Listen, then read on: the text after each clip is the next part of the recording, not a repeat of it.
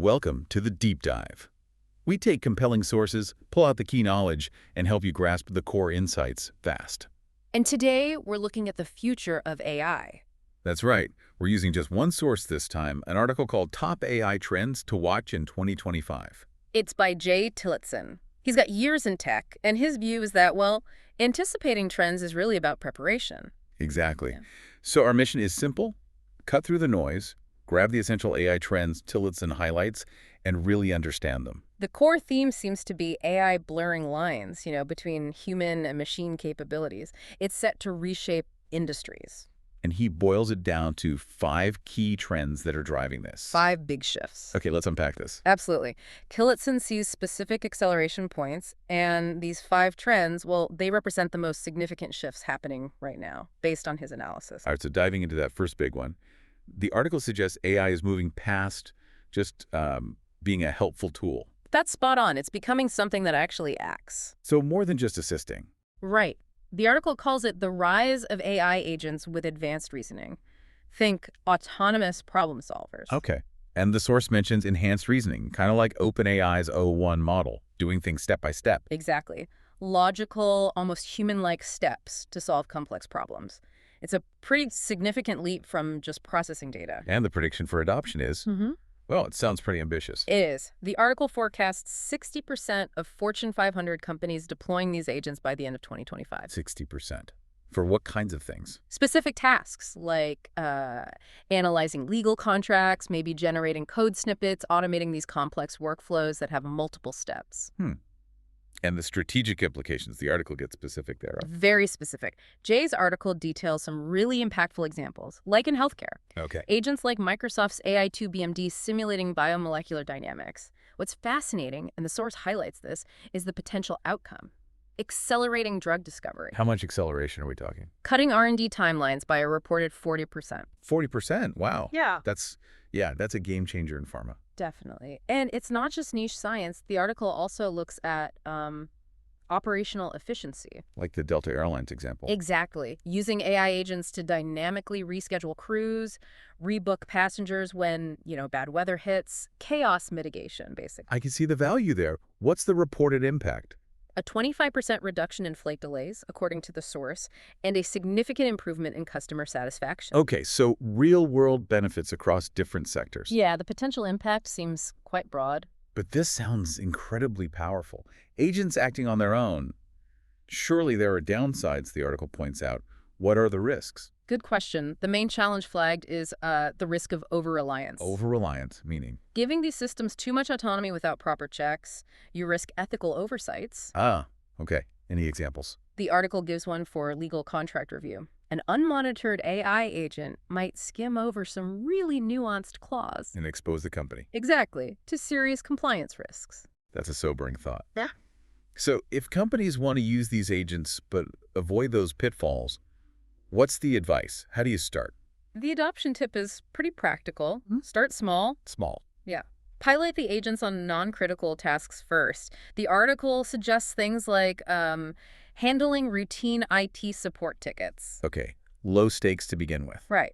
Build experience, build trust, but in a controlled way. Makes sense. Okay, now the article seems to shift focus a bit more towards how these AI models are actually built. Is the bigger is always better idea changing? That's exactly what Jay Tillotson highlights. It's a move towards what he calls dual-scale model innovation, strategic scaling. Dual scale, meaning? It means using both very large models and very small, specialized models strategically. It's not one or the other. Can you give us the examples from the article? Sure. So on one end, you have these massive frontier models like GPT-5 as mentioned, potentially with over 50 trillion parameters, huge general-purpose model. 50 trillion, okay. And the other end? Highly specialized, much smaller models.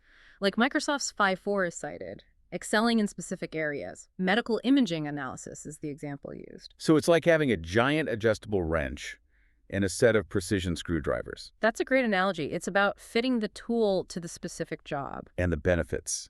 What are the strategic implications here? Well, cost efficiency is a big one. Using those smaller, fine-tuned models for specific tasks, like fraud detection, Yeah. can apparently slash cloud inference costs.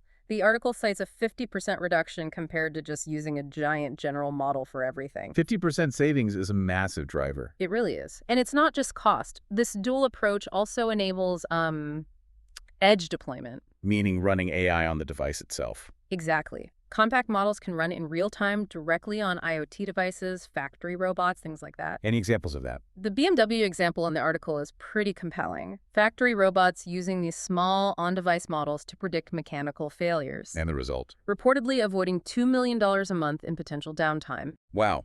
Okay, so pushing AI closer to the action. Yeah, making it faster, more responsive, more efficient. It connects to the bigger picture of embedded intelligence. And there's a case study in the article, too. There is a fintech firm. They swapped out a single big AI system For what? for a mix. They used a large model like GPT-5 for customer service, but then a much smaller 3 billion parameter model just for transaction auditing. And did it work? According to the source, yes. A 35% boost in auditing accuracy while cutting their inference costs. Better results and lower costs. That Yeah. really demonstrates the point. It does. But managing all these different models, large, small, maybe from different vendors, that sounds like it could get complicated. Is that the catch? That's precisely the challenge Tillotson points out, integration complexity. Getting them all to work together smoothly. Yes, it can be tricky, and the article gives a cautionary tale. A European retailer whose system misaligned inventory images and text descriptions. Oh, dear. What happened? A $5 million stock error? Ouch. Okay, that highlights the risk pretty clearly. So what's the advice for adoption? The tip is to implement really rigorous cross-modal validation checks. Meaning? Basically, build in safeguards, make sure the different types of data and the different models are interpreting things correctly and consistently together. Got it. Checks and balances. Okay, let's pivot again. The article also talks about AI's role in, well, fundamental science. Wait, trend 3, AI-driven scientific discovery. This is exciting stuff. How so? The emphasis here is that AI isn't just a lab tool anymore. It's becoming a core engine for scientific breakthroughs. Driving discovery itself. In what fields? The source points to sustainable materials design, better climate modeling, and accelerating personalized medicine. Any specific examples? IBM using generative AI to design carbon capture molecules. The claim is 100 times faster than traditional methods. 100 times faster. Something like carbon capture, that's incredible potential. It really is when you think about the urgency of climate change. Yeah. What other strategic implications are mentioned? Pharma acceleration is a big one. Moderna using AI to simulate mRNA interactions. To speed up vaccine development. Exactly, shortening cycles from potentially years down to months. What's fascinating here is just how much AI is compressing those timelines. And climate tech, you mentioned carbon capture. Yeah, startups like Climeworks are using AI to optimize their direct air capture systems. The article reports a 70% improvement in CO2 sequestration efficiency. So tangible progress on massive challenges. Tangible progress driven by AI. This all sounds incredibly promising, but with big scientific claims sometimes comes, well, hype.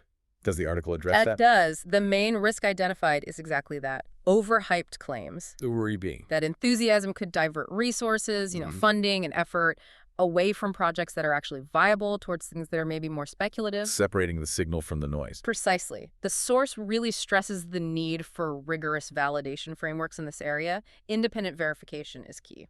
How does it suggest organizations approach this responsibly then? The adoption tip is collaboration. Partner with academia, partner with independent research bodies for that crucial validation step. Okay. Leverage external expertise to keep things grounded. Exactly. It builds credibility and avoids, well, chasing rainbows. Good advice. Now, moving on to something fundamental for AI adoption. Trust. And understanding how these systems work. Yes, that brings us to trend 4, multimodal and explainable AI. Two key parts here. Okay, first part. Multimodal. AI models getting smarter by processing different kinds of data together. Text, images, audio, maybe even video, all at once. Like Google's Gemini 2.0 is mentioned, handling text, images, audio seamlessly. That's the kind of capability we're talking about. And the second part is explainable AI, or XAI. Making the black box less black. Exactly. Transparency. Understanding how the AI reached its decision. This is becoming critical. How critical? Is there a prediction? A big one. The article estimates that by the end of 2025, roughly 80% of regulated industries will actually mandate AI transparency audits. 80%. That's a huge regulatory shift. What's driving that strategically? Well, regulatory compliance is obviously a massive driver. The article mentions banks like JP Chase using explainable AI For what purpose? to trace loan approval decisions. Why was this loan approved or denied? They need to show that to regulators like the FDIC. Okay, so satisfying the watchdogs. But it's not just compliance, is it? No, it also helps build internal trust, and it impacts customer experience too. How so? Retailers deploying multimodal AI. Think of Nike's AR shoe fitter mentioned in the source. It blends voice input with the visual from your camera. Ah, right. To create a more intuitive experience. Yes, and apparently it works. The article cites a 25% boost in conversion rates for systems like that. Interesting. But this raises an important question, which the article touches on. How do you build that trust, especially when you're combining different data types? It adds complexity. Yeah, blending text, images, audio. It sounds like things could go wrong easily. What's the main challenge there? It's that fusion complexity. Getting the AI to correctly align and interpret information from different sources simultaneously is hard. And if it gets it wrong? We're back to that European retailer example. The AI misaligned inventory photos with the text description. Leading to the $5 million stock error. Yeah. So the risk is definitely real. Very real. What's the adoption tip for managing this multimodal complexity? Again, it comes down to validation. Implement rigorous cross-modal validation checks. Making sure the image matches the text, the audio matches the context. Precisely. You need robust checks to ensure the different streams of information are being integrated correctly by the AI. Makes sense. All right. Final trend. This one goes right down to the foundations, doesn't it? The hardware. Trend 5. Custom silicon and cloud-native AI. This is about the infrastructure AI runs on. And the argument is that standard chips aren't cutting it anymore. Increasingly, no. The demands of training and running these massive, complex models require specialized hardware, custom silicon, and architectures designed for the cloud. The article mentions examples like Google's TPUs, AWS's optimized instances. Right. Things like Google's TPv6, AWS's AI-optimized EC2 instances, these are becoming dominant. How does this specialized hardware change things for organizations using AI? Two main ways: performance and accessibility. And cost, actually. Okay, let's start with cost. The article gives a specific data point. Using those AWS AI-optimized instances can cut model training costs by up to 45%. 45%. Anyone training big models knows that's a huge saving. It's enormous. And then performance. Meta's Llama 3.3 is highlighted. Yeah. Running 3 times faster on custom silicon. That speed enables things like real-time content moderation, which just wasn't feasible before at that scale. Wow.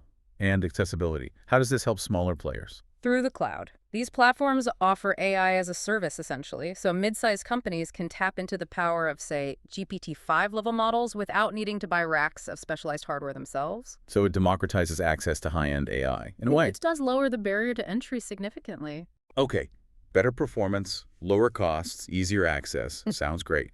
But relying heavily on Google's chips or AWS's cloud, is there a downside? A risk? Yes, and Jay Tillotson flags it clearly in the source. Vendor lock-in.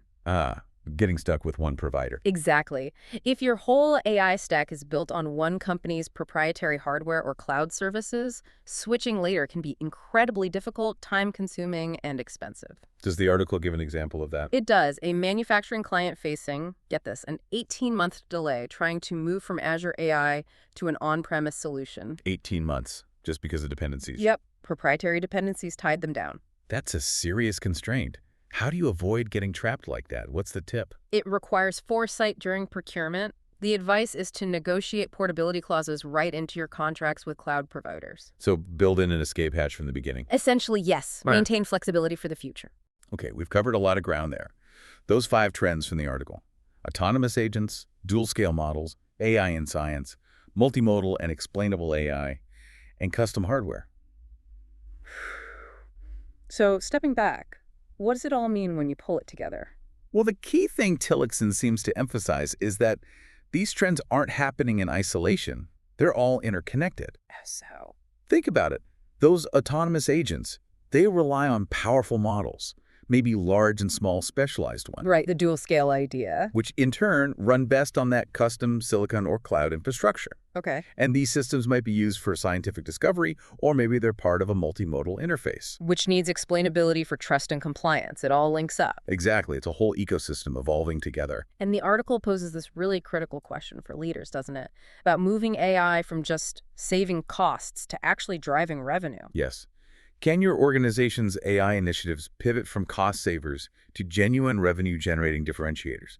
And can it happen fast within, say, 12 months? That's the challenge. What does Tillotson suggest is the key to making that pivot successfully? He suggests the answer is likely yes, but if you're strategic about it, Strategic how? by using things like modular architectures, that dual-scale model approach helps there, building in explainability from the outset, and having cross-functional teams. Not just techies, but compliance, Huh. business units. Right. Data scientists working alongside compliance officers, for example. Okay.